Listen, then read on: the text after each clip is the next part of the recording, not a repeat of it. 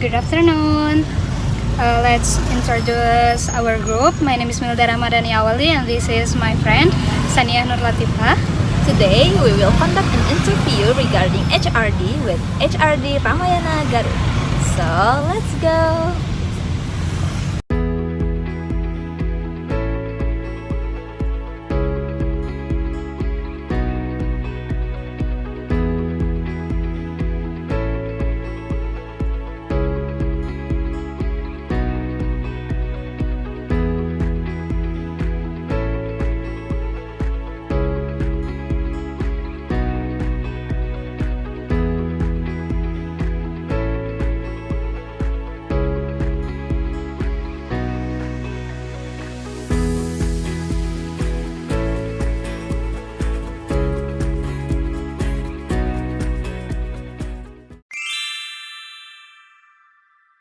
Oke, Bapak, selamat sore.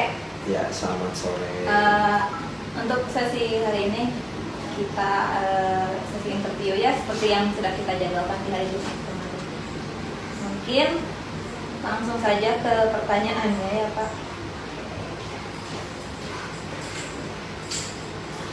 Oke, pertanyaan yang pertama, apakah perekrutan seleksi karyawan merupakan salah satu tanggung jawab utama HRD?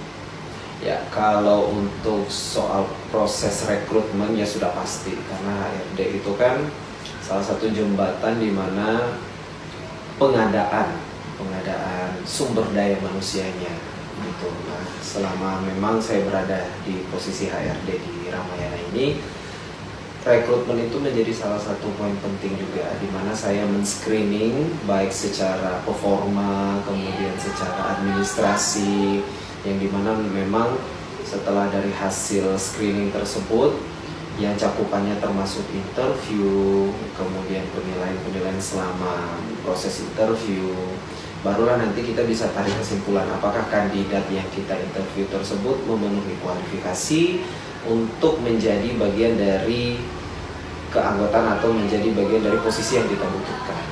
Jadi kalau ditanya penting atau tidak, sangat penting sekali.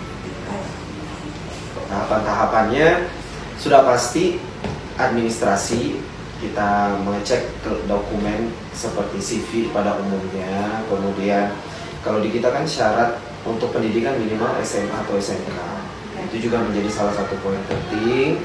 Kemudian juga riwayat pekerjaan itu tercantum di CV. Kemudian setelah itu proses interview, setelah lolos baru kemudian ada tahapan kedua, yaitu proses interview user. User ini kalau misalnya dia posisinya SPG, itu nanti ada pihak-pihak berikutnya, ada supplier namanya atau koordinator. Dan biasanya kalau ke supplier dan koordinator itu mereka mungkin memberikan semacam wejangan dan menanyakan kesiapan mereka untuk mulai join bekerja. Selain dari itu juga nanti dari pihak user akan menginformasikan terkait apa saja haknya, apa saja kewajibannya selama bekerja. Nah, nanti setelah itu penandatanganan kontrak, baru kemudian mereka mulai bekerja sesuai dengan jadwal yang sudah ditentukan. Oke, mungkin pertanyaan selanjutnya, apakah HRD bertanggung jawab atas pengelolaan proses onboarding bagi karyawan baru? Betul. Jadi selama karyawan itu baru masuk, mereka tuh kan kosong, nggak ngerti, nggak paham di Ramayana itu isinya apa, di Ramayana itu kerjanya seperti apa. Nah, itulah tugas dari HRD, di mana HRD memberikan coaching pertama kali sebelum mereka kita lepas ke operasional. Coaching dalam artian yang memberitahukan apa saja SOP-nya, terus apa saja pekerjaannya, aturan mainnya seperti apa. Terus kemudian kalau di retail kan memperhatikan penampilannya, memperhatikan penampilan perempuan maupun laki-laki, itu semua akan menjadi bahan onboarding nanti gitu, pelatihan untuk mereka. Oke, Pak, pertanyaan selanjutnya, apakah mengelola administrasi SDM seperti catatan kehadiran dan kontrak kerja termasuk dalam tanggung jawab HRD? Betul. HRD pada umumnya tidak hanya proses rekrut, tapi ketika berada di dalam operasional, dari si karyawan itu mau masuk, kita screening sampai dia berada di dalam dan bekerja di perusahaan, itu menjadi tanggung jawab HRD. Apa saja ketika dia sudah berada di dalam, bicara soal salary, gaji. Untuk mencapai gaji yang sesuai itu ada kompetensi atau ada poin-poin penting yang harus tercapai. Absensinya lengkap, izinnya diketahui kalau memang ada izin sakit dan sebagainya. Kemudian juga proses administrasi, misalnya ada keperluan nih, ada dokumen, semacam dokumen pernyataan bahwa di hari ini tidak dapat masuk dikarenakan ada acara apa. Nah, itu semua dikelola oleh SDM yang nanti pada akhirnya dokumen-dokumen tersebut akan kita gunakan untuk memproses yang namanya perolisasinya atau gaji, proses gajinya gitu. Baik. Pertanyaan selanjutnya, apakah HRD terlibat dalam mengelola gaji dan tunjangan karyawan? Oke, kalau untuk gaji sudah pasti ya, tunjangan gaji sudah pasti karena dari mereka masuk kita sudah membuat kesepakatan ya, kontrak kerja bahwa untuk gaji yang ditawarkan per harinya sekian, kalau full masuk sekian. Nah, itu semua yang akan kita kontrol gitu. Termasuk juga tadi payrollnya itu masuk dalam divisi payroll. Nah, kemudian nanti dari gaji tersebut akan kita limpahkan ke manajemen. Nanti proses transfernya itu kan sekarang kita sudah via transfer bank ya. Nanti proses transferingnya itu melalui perusahaan sentral yang ada di Jakarta ke cabang-cabang atau di site masing-masing kota. Baik. Pertanyaan selanjutnya, apakah pelatihan dan pengembangan karyawan termasuk dalam tanggung jawab HRD? Betul. HRD itu cakupannya cukup luas ya. Seperti saya bilang tadi, tidak hanya ketika mereka masuk, sampai mereka berada di dalam pun, mulai dari kesejahteraannya, pengembangan karirnya, sampai mereka yang nantinya pensiun pun itu menjadi tanggung jawab kita. Nah, termasuk tadi yang ditanyakan, bagaimana dengan pengembangan karir? Alhamdulillah, kalau di perusahaan ini cukup dan sangat mendukung terkait pengembangan karir. Kita biasanya mengadakan training-training terhadap terhadap skill yang dianggap perlu untuk dikembangkan. Kayak kemarin misalnya kita mengadakan public speaking, kemudian kita mengadakan bagaimana pelayanan service, customer service yang baik gitu. Itu selalu kita berikan ke karyawan terutama untuk menambah skillnya. Oke, Pak. Pertanyaan selanjutnya, apakah HRD berperan dalam melakukan penilaian kinerja karyawan? Oke, untuk penilaian karyawan itu sudah pasti. Kalau di sini kita namanya KPI, ya KPI. Untuk penilaian itu dilakukan untuk menilai seberapa besar produktivitas karyawan. Kan mereka di sini tuh sudah sangat lama, dari toko ini ada 14 tahun, ada 15 tahun, yang mungkin dari segi semangat kerja mungkin sudah ada yang menurun, atau masih ada yang stabil, atau ada yang di atas rata-rata gitu. Nah, yang PR kita adalah bagaimana caranya yang mungkin berada di bawah rata-rata ini untuk bisa kembali energik lagi, untuk bisa kembali produktif lagi ya, dengan cara melakukan evaluasi dari training ini, misalnya mengadakan training. Nah, dari training ini kita lihat lagi hasilnya, bagaimana, apakah memberikan output terhadap si karyawan atau tidak. Nah, itu termasuk nanti dalam penilaian KPI tadi. KPI ini kita lakukan setahun itu 2 kali, pertengahan dan di akhir tahun, yang nantinya akan diakumulasi di awal tahun. Aspek apa saja Pak yang biasanya dievaluasi oleh HRD? Oke, aspek-aspek yang dievaluasi pertama tentu kedisiplinan. Kedisiplinan itu mencakup kehadiran, ketepatan waktu, kemudian absensi, ya kan? Selain itu juga kemampuan dalam memenuhi target. Kan kalau di retail itu orientasi kerjanya mungkin sedikit berbeda dengan perusahaan yang lain. Kita sangat memprioritaskan namanya target. Bagaimana target harian, mingguan, dan bulanan itu tercapai, dan itu menjadi salah satu poin yang sangat penting.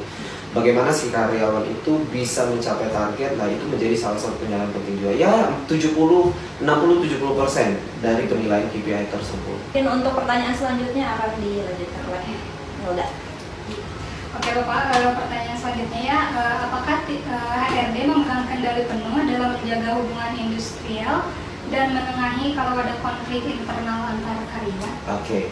Kalau untuk perihal hubungan industrial sudah pasti ya, HRD menjadi peran utamanya. Tapi kalau misalnya nih ada terjadi konflik, baik itu antara karyawan dengan perusahaan. Alhamdulillah sih perusahaan itu punya yang namanya forum komunikasi karyawan. Jadi dimana ketika ada trouble, ada masalah, ada problem, saya tidak sendiri. Jadi ada forumnya yang menangani dan saya juga ikut gitu untuk menjadi penengah di dalam masalah tersebut. Kemudian saya juga di sini ada kepala toko saya juga atau manajer saya juga akan turut ikut andil untuk memberikan solusi dari masalah tersebut. Jadi kalau dibilang masalah internal atau ada problem itu tidak sendiri sih. Biasanya kita bareng-bareng semuanya. Kalau untuk urusan karyawan yang resign atau bahkan sampai ke ranah PHK, apakah prosesnya itu dari awal sampai akhir memang dikawal langsung oleh HRD? Betul, kita dikawal langsung oleh HRD. Namun memang kalau di kita itu di Ramayana ada HRD toko, kemudian ada lagi yang wilayah. Jadi ada HRD yang memang sentralisasinya di pusat, nanti beliau itu yang akan mengontrol toko-toko yang dipegang wilayahnya. Kebetulan saya bos saya terutama, beliaulah nanti akan menginformasi ke saya terkait prosedurnya apa saja yang harus dilewati. Nanti dari saya akan memfollow up ke beliau. Nah kita berdua komunikasi tahapannya sampai mana, sudah selesai apa belum. Jadi kalau proses tersebut tidak sendiri sih, saya biasanya ada komunikasi dengan pusat biasanya. Kalau menurut Bapak nih, setuju gak sih dengan pandangan kalau HRD zaman sekarang itu punya peran yang lebih jauh strategi dibanding manajemen personalia yang kesannya tuh cuma fokus ke urusan administrasi atau absen? Iya betul, saya setuju bahwa urusan personalia atau HRD itu tidak hanya ke proses di balik layar atau di balik komputer yang hanya administrasi, karena di lapangan itu banyak sekali hal-hal yang perlu diperhatikan. Di administrasi kita tidak tahu bahwa di lapangan itu ada yang berselisih. Kalau kita hanya fokus di administrasi, sedangkan ketika ada karyawan yang saling berselisih itu menjadi salah satu tanggung jawab kita. Bagaimana kita bisa menyelesaikan problem tersebut. Kemudian banyak hal-hal yang perlu kita perhatikan seperti standar-standar grooming. Kan itu menjadi tanggung jawab kita juga. Standar grooming ketika di area nggak akan bisa terkontrol kalau kita memang hanya fokus di administrasi saja gitu. Jadi saya beranggapan bahwa HRD itu tidak hanya di bidang administrasi, tapi banyak hal yang harus diperhatikan. Kelancaran operasional pun sampai saat ini pun saya rasa menjadi salah satu tanggung jawab penting juga, dan SDM atau HRD harus memberikan peran penuh terhadap itu. Kalau bicara soal soft skill nih Pak, apakah menurut Bapak kemampuan komunikasi itu memang modal paling utama buat seorang HRD? Betul, sangat menjadi modal utama. Karena HRD itu kan secara tidak langsung berhubungan dengan yang namanya manusia. Manusia punya perasaan, manusia punya akal pikiran, dan mereka bisa mencerna apa saja yang kita sampaikan, apa saja yang kita bicarakan. Nah, ketika HRD tidak punya manajemen skill yang baik, ya tentu tidak bisa mengajak, tidak bisa tidak bisa memberikan suatu energi positif ke karyawannya. Contoh saja misalnya lagi ada problem masalah, kalau misalnya tidak bisa memberikan suatu pesan yang bisa menyelesaikan masalah tersebut, saya rasa masalahnya nggak akan kelar. Masalahnya bahkan bisa lebih besar lagi. Jadi skill komunikasi tidak hanya HRD sih, saya rasa pekerjaan apapun gitu, termasuk misalnya di jabatan yang kalau di retail ya SPG, SPB, itu skill komunikasi perlu karena kita merayu customer untuk mau membeli barang kita. Apalagi kita yang stakeholdernya itu komunikasi harus banget. Di antara yang Bapak sebutkan tadi seperti problem solving, nah menurut pengalaman Bapak yang paling sering menyelamatkan atau paling berguna dalam menghadapi dinamika kerja HRD sehari-hari itu ini? Untuk salah satu poin penting yang bisa saya lakukan ketika menghadapi dinamika kerja tuh ya bagaimana kita memberikan kebijakan yang bisa diterima oleh karyawan dan kita gitu sebagai mewakili perusahaan ya. Jadi sehingga tidak ada namanya win dan ada yang kalah gitu, jangan sampai ada yang menang ada yang kalah. Kalau bisa sih dua-duanya menguntungkan gitu sehingga bisa diterima dengan baik di masyarakat, di karyawan, dan bisa diimplementasikan dengan baik. Jadi bagaimana kita memberikan kebijaksanaan atau kebijakan sehingga kebijakan tersebut bisa diterima bersama. Mungkin Bapak cukup segitu sesi interview dari kami. Terima kasih, mudah-mudahan bisa membantu. Ya, kita terima kasih Pak. Iya, Terima kasih, sama-sama. mohon maaf Bapak Mengganggu mengganggu waktunya. Ya, nggak apa-apa. Senang saya bisa membantu. Udah.